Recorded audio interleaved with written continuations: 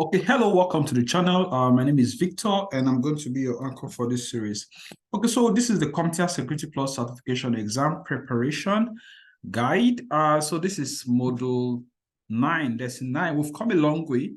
So in this series, we're going to be looking at evaluate network security capabilities. So here we're trying to say, how do we make sure, how do we ensure that our network is secured, right? What's the capability of our network? What can it do? Which benchmark are we using to measure to be certain that our network is doing so well? So there are several standards.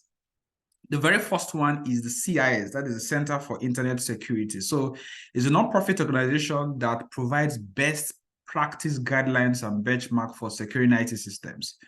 So there are quite a lot of benchmark with respect to what you should do, what you shouldn't do, how should you be doing patching, how should you be doing upgrades, how should you be doing monitoring, what your password policies, what they should be, how do you do endpoint protection, that is protection of your end devices, and many others. So all of this is going to make sure that you have a secured baseline.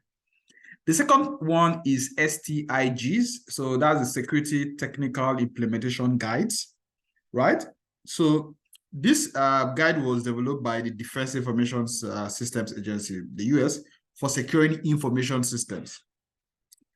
Then you can also look at, if you intend to do security guidelines, if you intend to measure how well your network is secured, you can look at the vendors of your IT infrastructure, whether it is hardware, it is software. For instance, if you're running Windows Server, they have their baselines.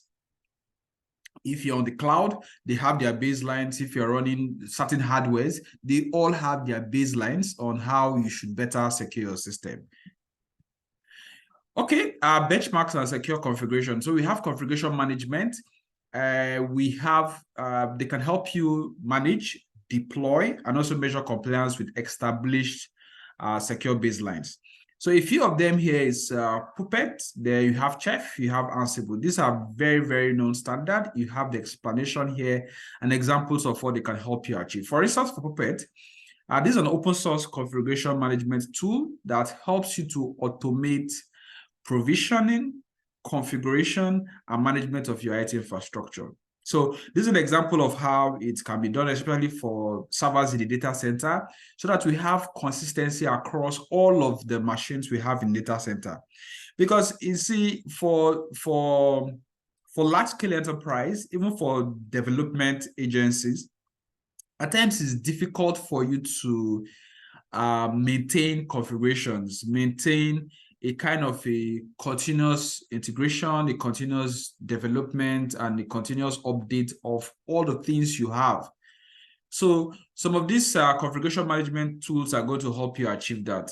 Same thing for Ansible. This is open source. It's going to help you for configuration management, application development, and also your different tasks.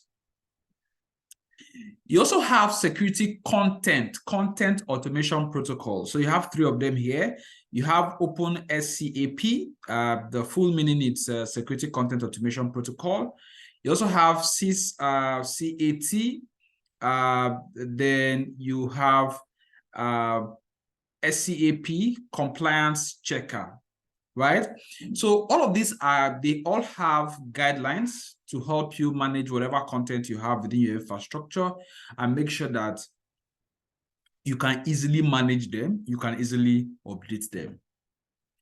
Now, for your switches and routers you have within your network, if you want to ensure security, there are a few things you want to do. You want to make sure that you change default configurations.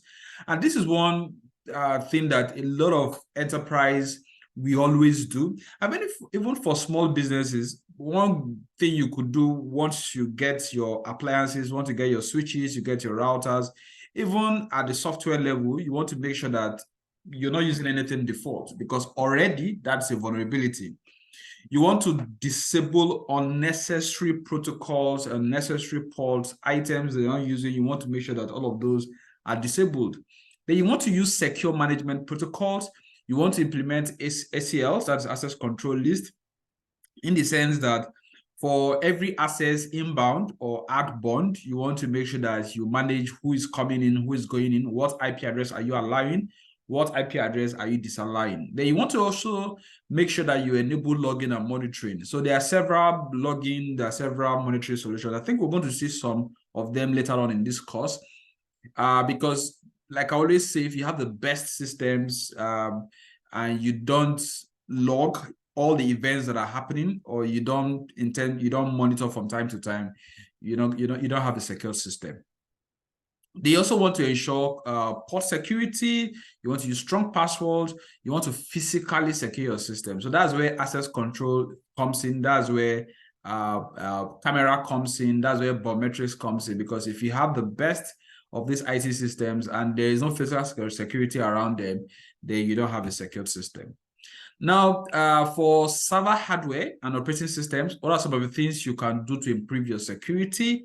You want to change default password, just like you have if you're running softwares and also switches and routers. You want to disable unnecessary services that are running. You want to make sure that you do patches regularly. And one of the beautiful things about having a good information security policy for your enterprise is that if you have a very robust policy that you update from time to time, it's going to take care of most of these things, right? Things like, when should we do implement access control? When should we update them? When should we make sure that people are following the guides?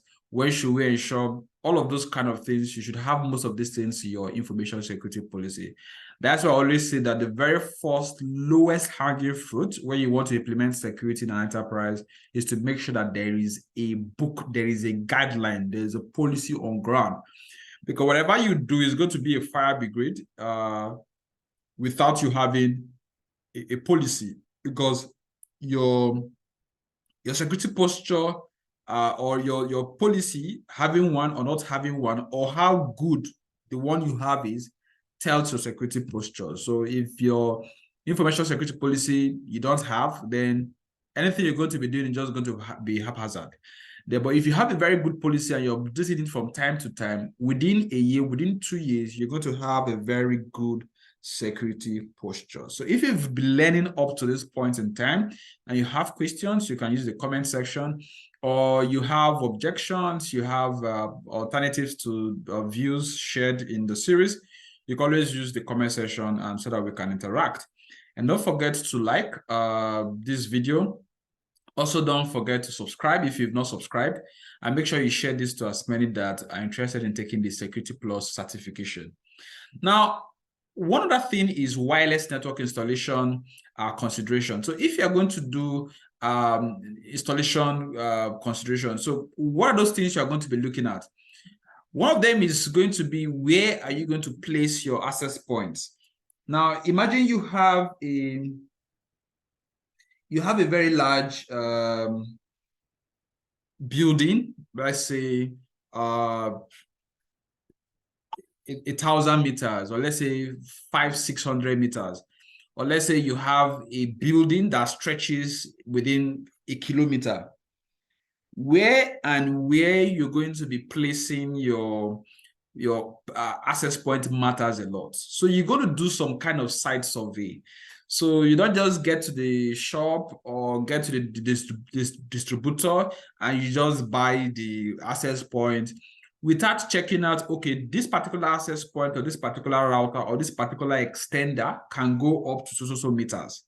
This particular one is going to extend the signal I have from this particular point to the other point. So you want to make sure that you understand how many kilometers, how many meters you're covering, then how many routers or switches, how many access points you're going to need to make sure that you cover the entire area.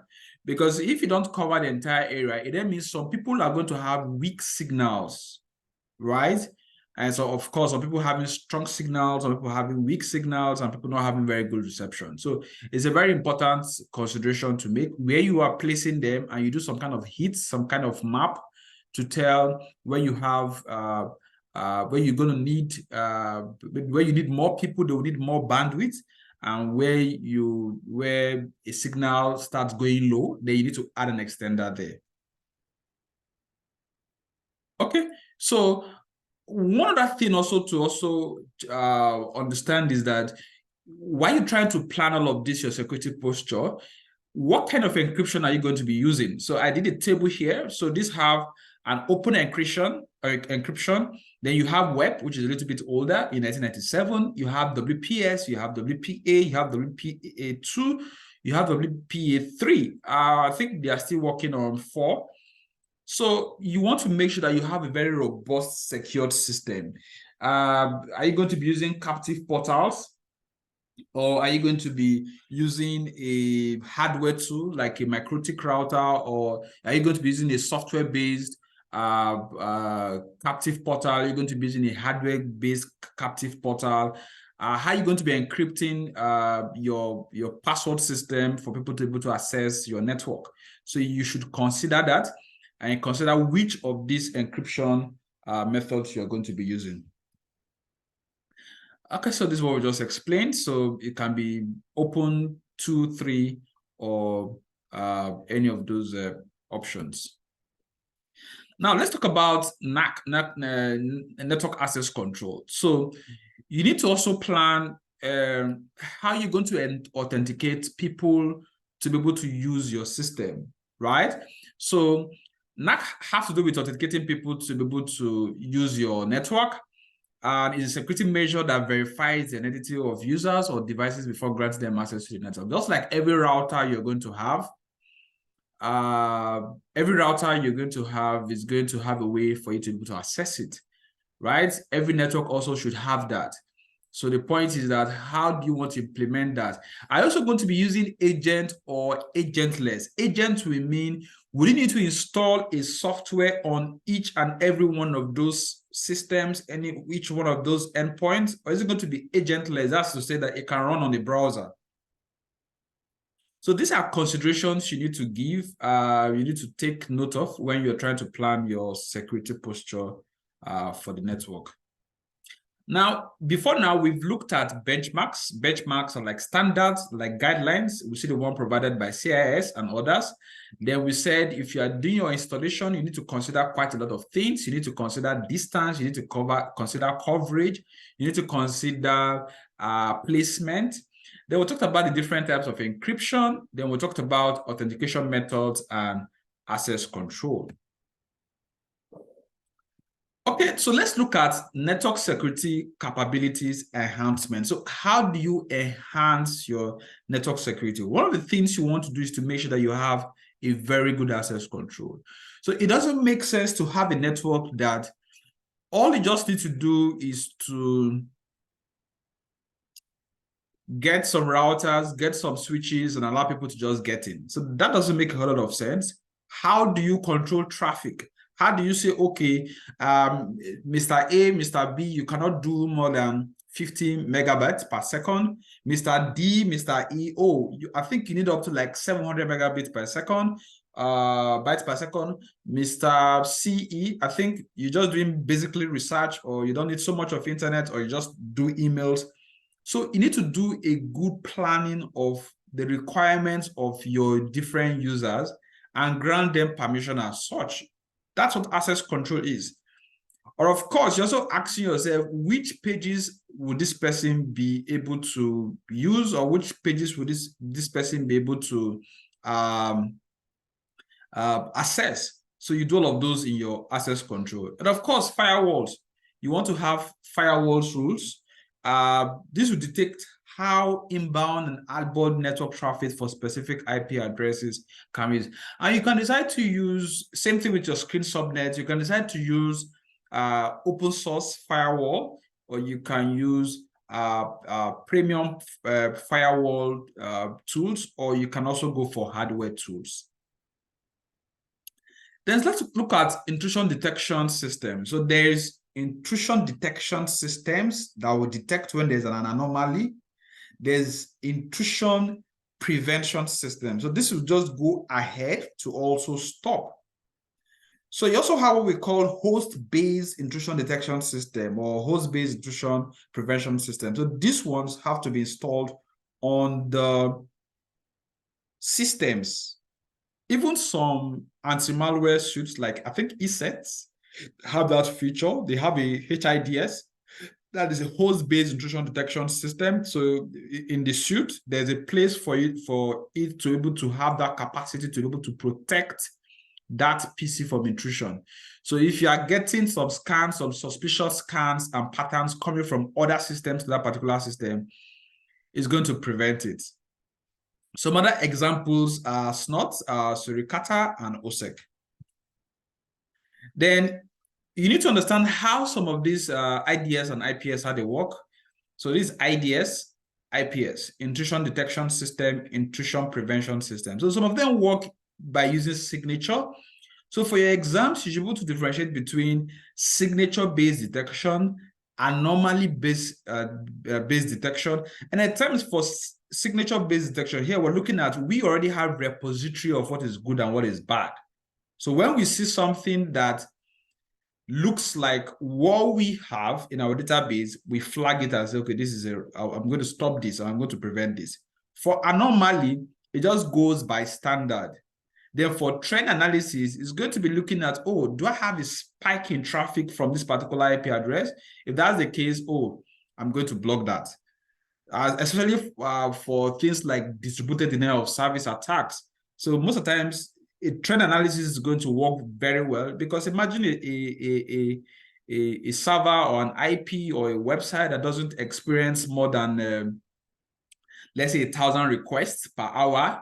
And on a certain day, you are getting 50,000 requests. Of course, by trend, going by trend across the different times of the month, that goes against the trend. Of course, the IDS or IPS is going to block that off. Same thing with behavioral-based detection.